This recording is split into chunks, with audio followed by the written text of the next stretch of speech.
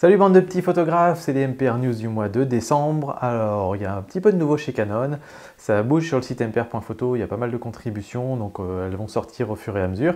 Et puis, je vous fais découvrir à la fin de cette vidéo une petite chaîne YouTube très sympa qui démarre tout juste, qui est sur la photo et qui est vraiment très chouette. On démarre avec une très bonne nouvelle pour la chaîne, c'est que cette vidéo est sponsorisée. Elle est sponsorisée par graphicstock.com. C'est la première vidéo sponsorisée, donc je voulais remercier Graphicstock pour être du coup les premiers sponsors. Et c'est cool parce que si ce genre de partenariat continue à se développer, ça veut dire du coup de plus en plus de bon contenu pour la chaîne, on va dire. C'est-à-dire que ça, petit à petit, ça va permettre de construire la chaîne et que ça se professionnalise un petit peu. Et donc j'espère peut-être un jour ça me permettra d'y passer plus de temps et donc du coup de réduire pour vous la durée des vidéos et de faire du contenu d'un peu meilleure qualité encore. Donc voilà, merci beaucoup à Graphicstock, on y reviendra dans 3 minutes et je vous expliquerai un petit peu de quoi il s'agit. Quelques photo news. Alors, Canon qui se met à faire des trucs un petit peu bizarres dans tous les sens et j'aimerais avoir votre avis sur ce projet-là en particulier. Ils ont sorti une application de réalité virtuelle. Alors, je ne sais pas si elle est encore en état de test ou si vous pouvez déjà l'essayer, mais en fait, c'est une application où donc, vous êtes avec votre casque en 3D et vous êtes dans un environnement comme ça qui est assez basique. On est loin du photoréalisme pour l'instant. Mais peu importe, vous pouvez choisir exactement ce que vous voulez. Vous pouvez choisir le boîtier que vous voulez, vous pouvez choisir les optiques que vous voulez, sans avoir besoin de les acheter en vrai, donc ça fait du bien au portefeuille. Et du coup, vous vous baladez dans cet environnement et vous pouvez prendre des photos avec tel objectif, avec tel boîtier, etc. Donc je ne sais pas du tout si c'est un bon moyen pour apprendre la photo. Ça pourrait peut-être être un bon moyen effectivement pour démarrer et de se dire tiens, je prends cette application et je vois un capteur plein format, voilà le type d'effet que ça fait avec tel objectif. Un APS-C avec tel objectif, ça donne ça, etc. Ça peut être peut-être un bon moyen de comparer un petit peu les résultats que ça peut donner entre différents objectifs, différents boîtiers. Donc voilà, moi j'aimerais bien essayer ça à l'occasion. Si certains d'entre vous ont un casque de réalité virtuelle, dites-moi si ça marche, si c'est déjà disponible ou pas. Et j'aimerais bien du coup avoir votre avis dans les commentaires. Est-ce que vous pensez que ça va être utile pour les photographes qui travaillent déjà, qui font déjà de la photo depuis un moment, ou pour les débutants qui veulent savoir où ils mettent les pieds avant de sortir quelques centaines d'euros pour s'acheter leur premier boîtier. Adobe qui a annoncé, c'est pas encore sorti, mais ça va sortir sur Photoshop, un petit plugin qui s'appelle Sky Replace. Alors ce sera probablement pas un plugin, je dis un plugin, mais ce sera un truc qui sera intégré dans le logiciel. Sky Replace, ça veut dire remplacement du ciel. Et de ce qu'ils ont montré, a priori, ça a l'air plutôt pas mal et ça a l'air de bien fonctionner. Donc il y a un exemple ici avec cette dame qui est sur de l'herbe avec un beau bâtiment derrière et un ciel cramé, ce genre de photo qui arrive très souvent, le genre de problème qui arrive très souvent en photo, à part si vous voulez faire du HDR et compagnie. Et là, donc, dans la démo, le bonhomme, il va chercher un autre ciel, et puis il fait Sky Replace et boum, ça remplace le ciel. C'est quasiment automatisé et ça a l'air de faire le boulot vraiment très bien. Là, il en a mis encore un autre pour le fun avec un petit arc-en-ciel. Donc voilà, ça fait partie de ces choses qui s'automatisent de plus en plus. Je ne sais pas trop quoi en penser parce que c'est vrai qu'il y a un côté sympa pour nous autres photographes à travailler notre composition exactement, à faire les choses parfaitement. Moi perso, j'aime bien avoir tous les éléments de ma photo à la prise de vue. Je ne dis pas forcément avoir ma photo finale à la prise de vue. Je ne suis pas forcément fan d'avoir des filtres dégradés et compagnie. Je préfère faire ça à la retouche après. Mais par contre, l'idée de remplacer le vrai ciel par un autre ciel, c'est pas mon truc. C'est pas mon truc. Mais je sais qu'il y a des gens qui l'utilisent beaucoup. Il y a des gens qui l'utilisent même très bien. Donc voilà, pour ces personnes-là, je pense que ça pourrait être assez intéressant et ça pourrait leur faire économiser quelques heures de détourage. Donc pourquoi pas. Graphicstock, donc on y arrive. Alors Graphicstock, c'est un site de vente de photographies en stock sur internet. Donc des photographies stock, c'est des photographies qui peuvent, enfin photographie, il n'y a pas que ça, il y a des photos, il y a des images vectorielles et puis il y a des graphiques. Et donc en fait, ça vous permet de télécharger en illimité toutes ces images stock pour tous vos projets professionnels, commerciaux, etc. Donc c'est une solution illimitée par rapport à des solutions à la pièce où chaque fois qu'on va acheter une photo, on paye. Et là, on paye un abonnement annuel plutôt sur Graphicstock et du coup, on a accès en illimité. Et c'est un modèle qui, moi, me plaît de plus en plus, le fait de payer en illimité, puis ensuite, on peut se servir autant qu'on veut. Tout simplement parce que je trouve on n'a pas, on n'a pas le sentiment d'en avoir besoin, mais une fois qu'on l'a sous la main, on l'utilise beaucoup plus que si on ne l'avait pas. Et quand on doit payer à l'unité, on va le faire peut-être une fois, mais on va attendre la dernière minute pour être sûr qu'on ne peut pas trouver sur Google Images ou un autre truc, etc.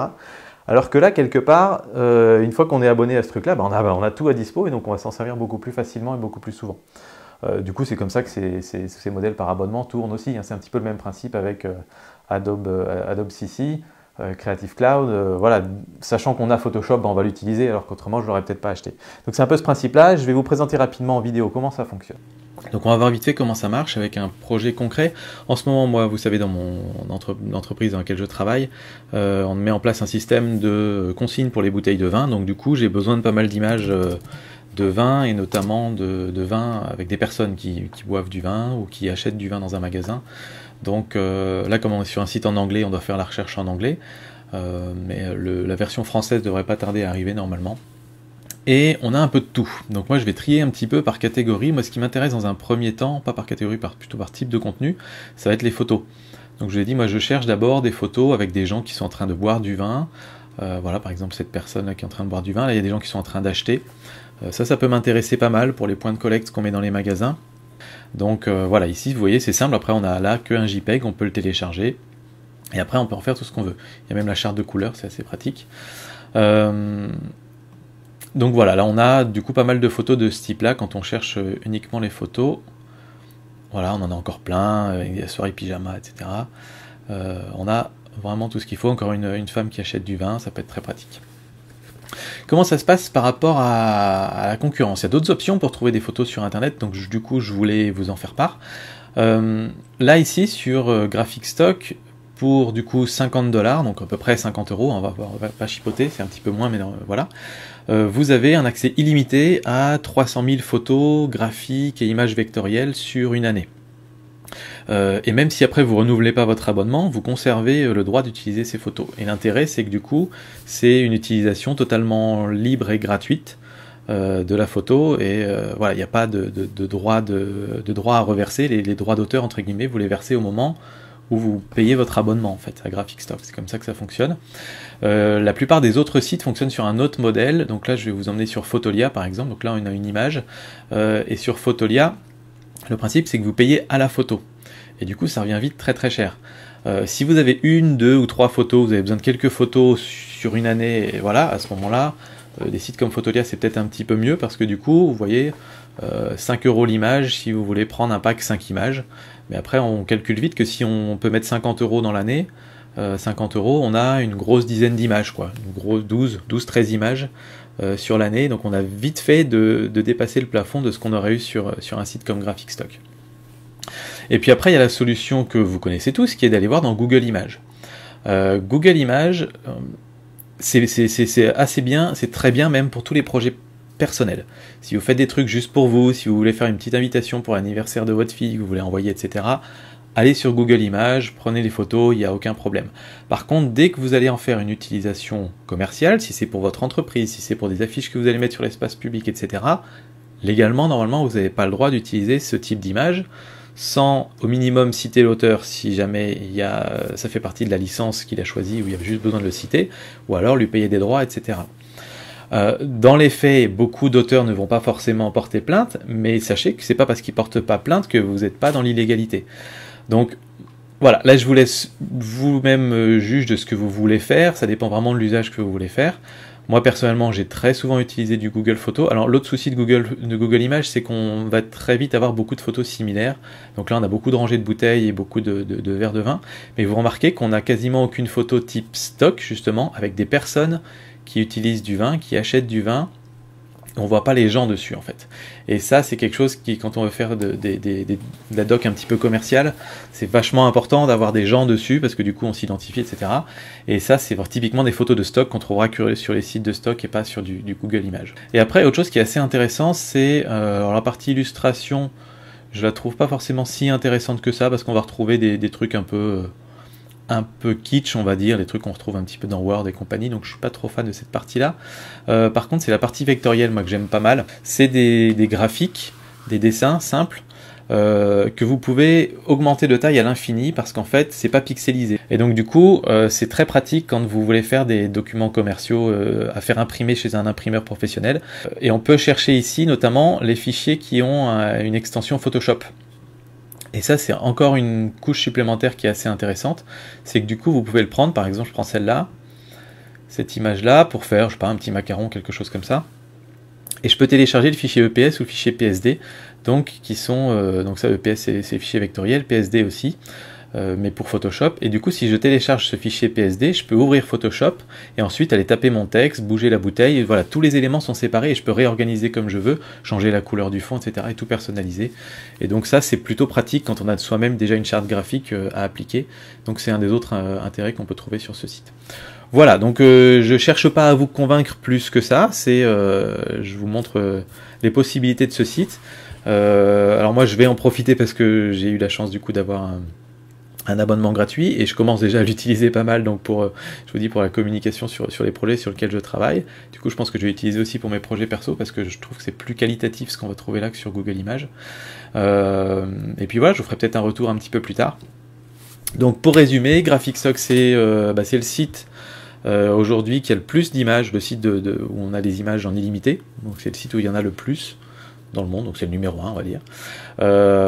Et puis voilà, vous avez une offre spéciale là maintenant, c'est 50 € par an, alors que d'habitude c'est 50 $, alors que d'habitude c'est 99 $ par an, donc je vous laisse voir si pour vous c'est intéressant ou pas. Je vous mets le lien dans la description pour aller jeter un petit coup d'œil. Voilà pour le petit aperçu de Graphicstock, donc merci encore à eux de sponsoriser cette vidéo, et puis on passe à la suite.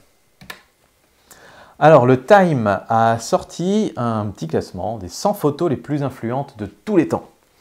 Je voulais revenir un petit peu là-dessus, on va vous mettre un lien dans l'article qui est associé à cette vidéo, donc allez voir sur mpr.photo, vous tomberez sur l'article de cette vidéo et vous cliquerez sur le lien pour aller les voir. J'étais un petit peu déçu moi personnellement. Alors effectivement, sur ces 100 photos, c'est des photos où, pour une bonne partie, quand on va les voir, ça va faire un truc, si vous voulez, dans les tripes, ça va nous bouger, voilà, ça nous crée des sensations. Mais j'étais un peu attristé de voir que sur les 100 photos les plus influentes de tous les temps, à part jusqu'aux années 1930, où c'était vraiment les progrès de la photographie, donc il y a la première photo couleur, enfin voilà, tous ces éléments de progression de la photo. Après, les photos les plus influentes, c'est quasi exclusivement des photos de guerre, de famine, de pauvreté, de malheur, etc.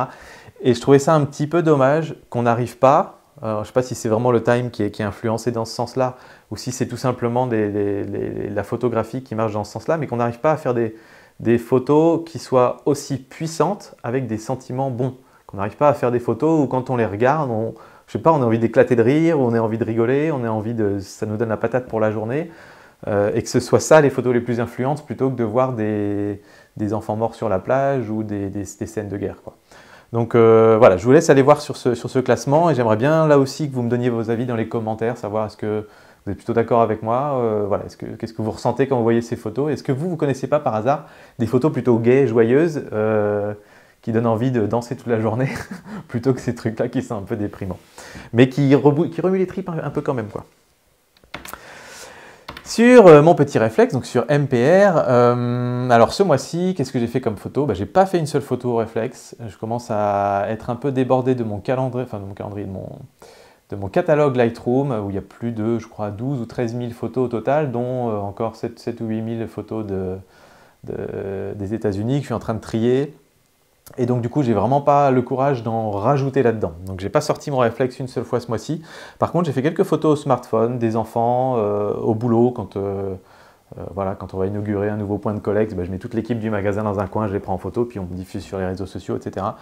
Donc voilà, je commence à utiliser un peu le smartphone pour toutes ces choses-là, toutes les choses où on n'a pas besoin d'avoir une photo parfaitement piquée, on ne va pas l'afficher en grand, etc. Pour les réseaux sociaux, ça marche très bien.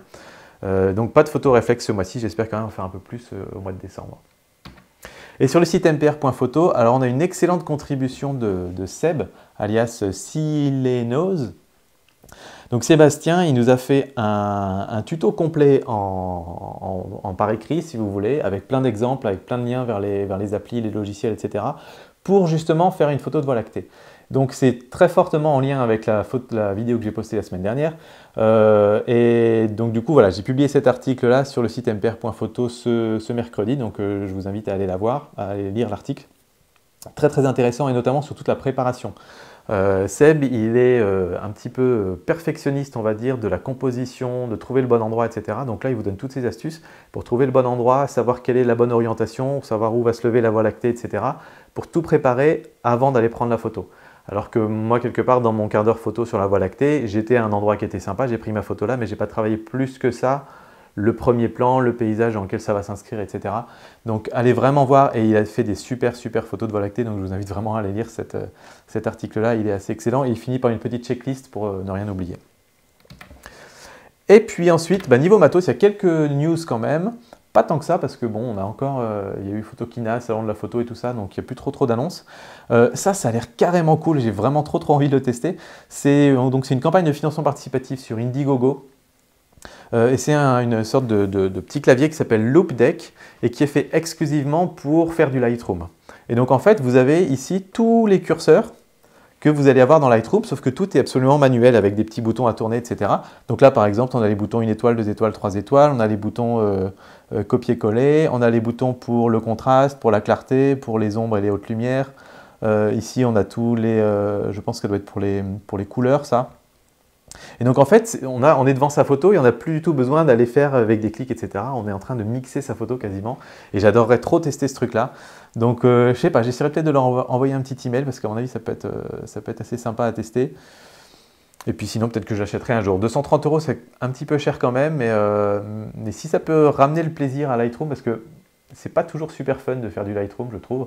C'est intéressant quand on voit le résultat à la fin, mais le process pour arriver à la photo retouchée n'est pas toujours super marrant, je trouve. Donc, si ça peut redonner un peu de fun à la retouche photo, pourquoi pas.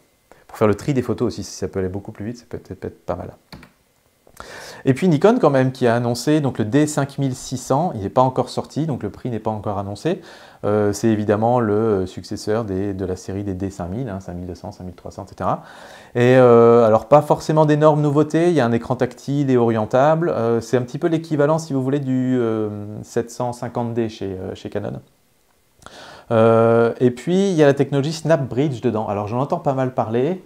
Perso, j'ai jamais testé, mais j'aimerais bien que certains d'entre vous, les Nikonistes, nous parlent un petit peu de SnapBridge dans les commentaires. Dites-nous si ça marche bien. Le principe de SnapBridge, c'est de dire que votre appareil photo est constamment connecté à votre smartphone. Et que donc, dès que vous avez envie d'envoyer une photo, c'est beaucoup plus simple. Il y a, je sais pas, un bouton ou un truc pour l'envoyer. Ça arrive sur le téléphone et on peut partager sur les réseaux sociaux tout de suite. Et ça peut être un petit peu intéressant. Donc, on n'est pas encore au mode où je vois la photo à l'arrière de mon écran et j'ai un bouton partagé sur Facebook, mais je pense qu'on s'en rapproche.